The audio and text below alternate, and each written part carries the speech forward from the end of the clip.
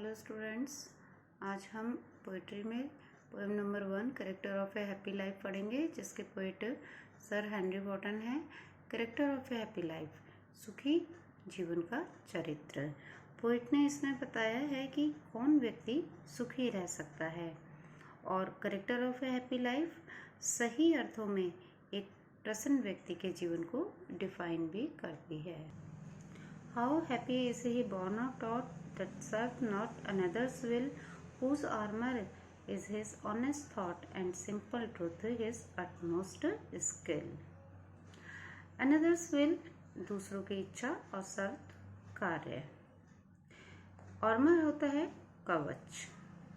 Honest thoughts हैं इसमें, शुद्ध विचार।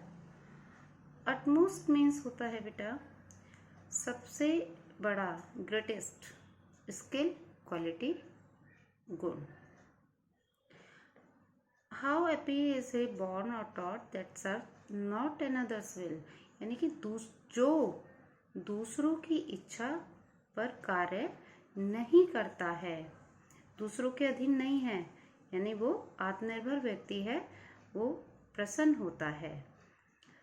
और यह गुण उसमें born और taught, जन्म से भी हो सकते हैं और सिखाए भी जा सकते हैं। Whose armor is his honest thought, और जिसका कवच क्या है, उसके शुद्ध विचार हैं, यानी शुद्ध विचार ही उसका कवच है, उसे किसी और हथियार की आवश्यकता नहीं होती है। And simple truth is utmost skill, और सत्य ही उसका सबसे बड़ा स्किल, गुण होती है। पोइट ने बताया कि इसमें जो व्यक्ति आत्मनिर्भर होता है, ये गुण उसमें सीखे हुए भी हो सकते हैं और सिखाए भी जा सकते हैं। वो व्यक्ति हमेशा जीवन में सुखी रहता है। उसका जो चरित्र है वो सत्य, उसके चरित्र की जो महान चीज़ है वो है सत्य होना, वो उसमें सत्यता होती है, इसीलिए उसको सभी सम्मान करते हैं और वह मनुष्य सुखी रहता है। Whose passions not his masters are, whose soul is still prepared for death, untied unto the world with care of a princely love or vulgar breath. Patience हैं मन की प्रबल इच्छाएं, जैसे क्रोध होता है, घृणा है, प्रेम, इस तरह मन की जो प्रबल इच्छाएं हैं वो पैशन है। मास्टर्स माने होते हैं स्वामी। अनटाइड है स्वतंत्र, फ्री। और वल्गर ब्रेथ है सामान्य लोगों की जो राय होती है या जो भी मत होता है, आलोचना, ये वल्गर ब्रेथ कहलाती है।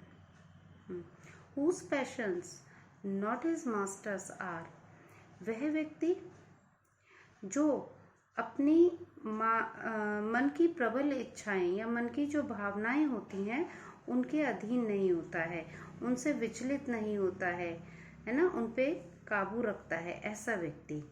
Whose soul is still prepared for death, और जो मनुष्य स्टिल, सदैव, ऑलवेज है ना, सदा के लिए मृत्यु को भी तैयार रहता है, यानी कि जिसे मौत का भी कोई डर नहीं होता।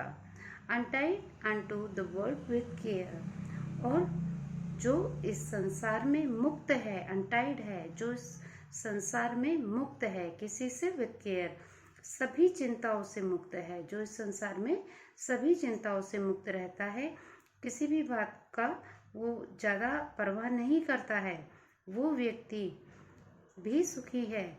और प्रिंसली लव और वल्गर ब्रेथ, और जिसे चापलूसों से भी कोई असर नहीं पड़ता, या महान लोग उससे प्रेम करते हैं, उसे इस बात का भी कोई प्रभाव उस पर नहीं पड़ता है, और ना ही उसे वल्गर ब्रेथ, सामान्य जनता या साधारण जनता की जो राय है या मत है, उनकी आलोचना से भी कोई प्रभाव नहीं पड़ता है, वो इन चीज़ों से भी विचलित नहीं होता है। ऐसे व्यक्ति हमेशा अपने जीवन में सुखी रहते हैं। Whose health is life from rumors freed, whose conscience is his strong retreat, whose state can neither flatters feed, nor ruin make opposers great. Heath means रखना, और रूमर्स होती हैं अफवाहें। रिट्रीट माने शरण देने की जगह, प्लेस ऑफ शेल्टर जिसको कह सकते हैं। स्टेट है स्थिति। फ्लैटर्स होते हैं चापलूस व्यक्ति, जो व्यक्ति चापलूसी करते हैं। ऋण मैंने है नष्ट होना, और फीड है संतुष्टि, सेटिस्फाई। अपोजर्स होते हैं दमनकर्ता। Okay. Whose hath his life from rumors freed, वो मनुष्य जो rumors freed अफवाहों से प्रभावित ना हो। Whose conscience is his strong retreat, जिसकी अंतरात्मा conscience, जिसकी अंतरात्मा अंतकरण ही सबसे शक्तिशाली, स्ट्रॉन्ग शक्तिशाली, और मैंने रिट्रीट बताया था आपको, प्लेस ऑफ शेल्टर, है ना। तो जिसकी अंतरात्मा ही सबसे शक्तिशाली शरण स्थल हो, यानी कि वो अपनी अंदर की आवाज का दृढ़ता से पालन करता हो। Whose state can neither flatters feed, और जो चापलूस व्यक्तियों की झूठी प्रशंसा से क्या ना होता हो, फीड ना होता हो, संतुष्ट ना होता हो। Nor you make opposers great, और ना ही, और बड़े बड़े दमनकर्ता, अपोजर्स ग्रेट यानी कि बड़े दमनकर्ता भी ऐसे व्यक्ति को उस समय कोई हानि पहुंचा सकते हैं। और ऐसे ही व्यक्ति सदैव प्रसन्न रहते हैं, क्योंकि ना तो उन पे किसी प्रकार की चापलूसी का प्रभाव होता है, और ना ही उन पे झूठी प्रशंसा का ही कोई प्रभाव होता है। वो केवल अपनी अंतरात्मा की ही आवाज सुनते हैं। तो ऐसे व्यक्ति सदैव प्रसन्न रहते हैं। Who envies none, whom chance doth rise, nor wise, who never understood how deepest wants are given with praise, nor rules of state but rules of good.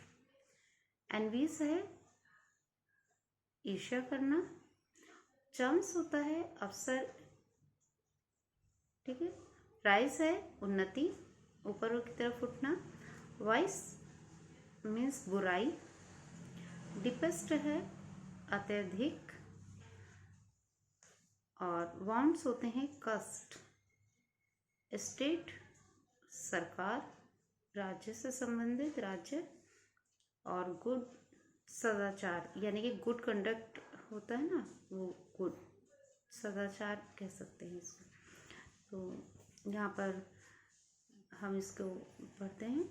Whose envies none, whom chance doth rise, जो किसी ऐसे व्यक्ति से ईर्ष्या ना करता हो। Envies ईर्ष्या करना, जो ऐसे व्यक्ति से ईर्ष्या ना करता हो जिसकी whom chance doth rise, जिसके की संयोग से या भाग्य से उन्नति हुई हो। नॉर वाइस, और ना ही वो किसी के प्रति बुरी भावना रखता हो। हु नेवर अंडरस्टूड, जो ये नहीं समझ पाता, how deepest wants are given with praise, कि झूठी प्रशंसा करने पर कितने गहरे घाव होते हैं। यानी कि झूठी प्रशंसा करने से कष्ट होता है, जो काफी समय तक भी दूर नहीं होता है। Not rules of state but rules of good, और एक प्रसन्न व्यक्ति सरकार के नियमों के प्रति इतना ईमानदार नहीं होता है जितना कि वो रूल्स ऑफ गुड, सदाचार के नियमों के प्रति ईमानदार होता है। Who God doth late and early pray, more of his grace than gifts to lend, who entertains the harmless day with a well chosen book or friend. Doth means करता है, ये डज है जो जिसको डॉग कहा जाता है, उसका मीन है करना, करता है। लेट देर से, अर्ली जल्दी। ग्रेस होता है ईश्वरीय गुण। गिफ्ट्स यानी कि जो भगवान के द्वारा दिए गए आनंद हैं, सुख हैं, वो गिफ्ट्स हैं, उनकी ब्लेसिंग्स। एंटरटेन्स आनंद लेना। हार्मलेस यानी कि बिना हानि पहुंचाए, किसी को कोई हानि ना पहुंचाना। तो who god doth late and early pray. कौन व्यक्ति सुखी है पोएट के हिसाब से? कि जो लेट, शाम से या सवेरे से, यानी कि देर से या जल्दी, कभी भी भगवान की प्रार्थना करता है। More of his grace than gifts to lend. ऐसे व्यक्ति भगवान की प्रार्थना किस लिए करते हैं? उनके ग्रेस के लिए, यानी कि ईश्वरीय गुण को प्राप्त करने के लिए उनको करनी चाहिए, न कि जीवन को आनंदित करने के लिए। ऐसे व्यक्ति पूरे दिन क्या करना चाहिए? Harmless day. ऐसे व्यक्ति पूरे दिन किसी भी समय किसी भी व्यक्ति को कष्ट नहीं पहुंचाते। With a well chosen book और फ्रेंड, बल्कि उससे अपना समय अच्छी पुस्तकों में और अच्छे मित्र की संगति में गुजारना चाहिए। पोएट के हिसाब से जो व्यक्ति जब भी समय मिले, देर से या जल्दी से, उसको भगवान की प्रार्थना कर लेनी चाहिए। और ये प्रार्थना उसको अपने जीवन में किसी भी तरह का लाभ उठाने के दृष्टिकोण से नहीं, बल्कि ईश्वरीय जो गुण हैं उनको प्राप्त करने के लिए करना चाहिए, और उसे किसी को कष्ट भी नहीं पहुंचाना चाहिए। कहते हैं कवि कि उसे अपना जो समय है वो किसमें बिताना चाहिए? अच्छी पुस्तकों में और अच्छी संगति में ही बिताना चाहिए। This man is free from servile bands of hope to rise or fear to fall, lord of himself, though not of lands, and having nothing, he hath all. सर्वल means है दास्ता मुंह, यानी कि जो गुलाम होते हैं ना, गुलाम की तरह से। बैंड्स बंधन है। राइज मीन्स है उन्नति, प्रोग्रेस करना। और फॉल माने होता है अवनति, यानी कि फेलियर, असफलता। This man is free from servile bands.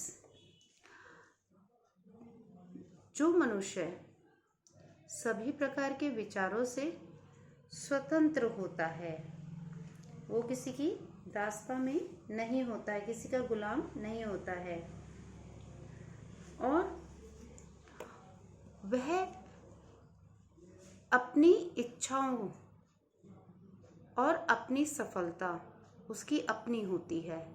ना वो उसको अपनी किसी ऊपर जाने की, उन्नति की, सफलता की उसको इच्छा होती है, और ना ही उसको असफलता का ही कोई भय होता है।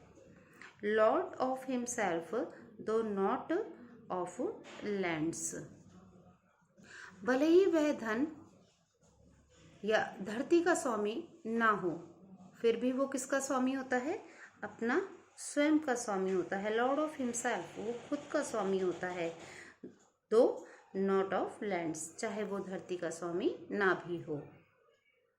And having nothing he hath all, और उसके पास उस समय किसके पास? वो सुखी व्यक्ति जो जीवन में सुखी है, वो उसके पास अगर कुछ भी नहीं हो, लेकिन वो किसका स्वामी है? अपना खुद का स्वामी है। तो ऐसे व्यक्ति, इनके पास अगर कुछ भी ना हो, तब भी उनके पास क्या होता है? उनके पास स्वतंत्र उनके विचार होते हैं, उनका आत्मसम्मान होता है, उनमें आत्मसंतोष होता है। ये सब ऐसे गुण उन लोगों के पास होते हैं, और इसीलिए उनके पास कुछ भी ना होते हुए सब कुछ होता है ही हैथ ऑल, उनके पास सब कुछ होता है जिससे कि वो अपने जीवन को सुखी बना सकते हैं। Thank you.